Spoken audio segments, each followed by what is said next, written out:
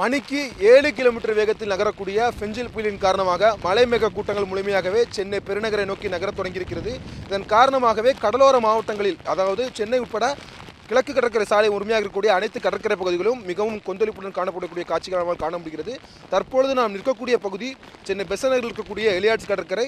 இந்த கடற்கரை பகுதிகளில் கடந்த 3 நாட்களுக்கு முன்பாகவே கடல் அலையின் சீற்றம் ஆக்ரோஷமாக இருந்தது, மிகவும் கொந்தளிப்புடன் காணப்பட்டது. மணிக்கு 40 முதல் 50 கிலோமீட்டர் வேகத்தில் காற்று வீசக்கூடும் என வானிலை ஆய்வு மைய தரப்பிலிருந்து கூறியிருக்கிறார்கள். இதன் காரணமாகவே கடல் அலையின் சீற்றத்தை பொறுத்தவரை 3 முதல் 7 அடிக்கு மேலாக கடல் அலையின் சீற்றம் அதிக அளவில் காணப்படுகிறது.